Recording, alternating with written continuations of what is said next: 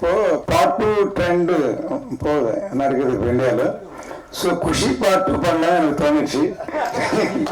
அது யார் நடிக்கிறாங்களோ, விஜய் சார் பையனே நடிக்கிறாரு, விஜய் சாரே நடிக்கிறாரு, வேறு யாராவது யார் நடித்தாலும் பார்ட் டூ போட்டாலே அதுக்கு ஒரு பிராண்டு. இப்போ எல்லாமே பார்ட் டூ, ஹிந்தியில் எல்லாமே பார்ட் டூ, பார்ட் 3, பார்ட் 2 போகுது. என் படங்கள் எல்லாமே மேபி ரன் 2, குஷி 2, கில்லி 2 எல்லாமே பார்ட் 2 படம் எல்லாமே ஹிட் படங்களாக இருந்துச்சோம்.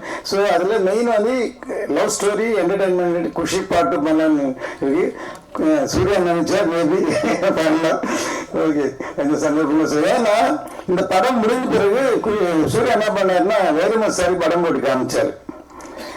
அப்போது ப்ரொடியூசர் ஃபோன் பண்ண சொன்னார். அவர் எப்படி ஒரு சின்ன ஈகோ ப்ராப்ளம், ஒரு தின் லைன் இவ்வளோ செலவு பண்ணி எப்படி ப்ரொடியூசர் எடுத்தார், முதல்ல அவர் தைரியத்துக்கு தேங்க்ஸ் சொன்னேன் அப்படின்னு சொன்னார். எனக்கு சூர்யா சொன்னார். ஸோ அந்த மாதிரி நம்ம காலகட்டத்தில் இந்த சப்ஜெக்ட் இந்த மாதிரி டேரக்டர் டிசைட் பண்ணால் அதை நம்பி போகிறேன்னு சொல்லி இப்படி பண்ணியிருக்கோம். அது இது வரைக்கும் நீங்கள் ரசிகர் லெவலில் வரைக்கும் இந்த படம் அமைஞ்சிருக்கு.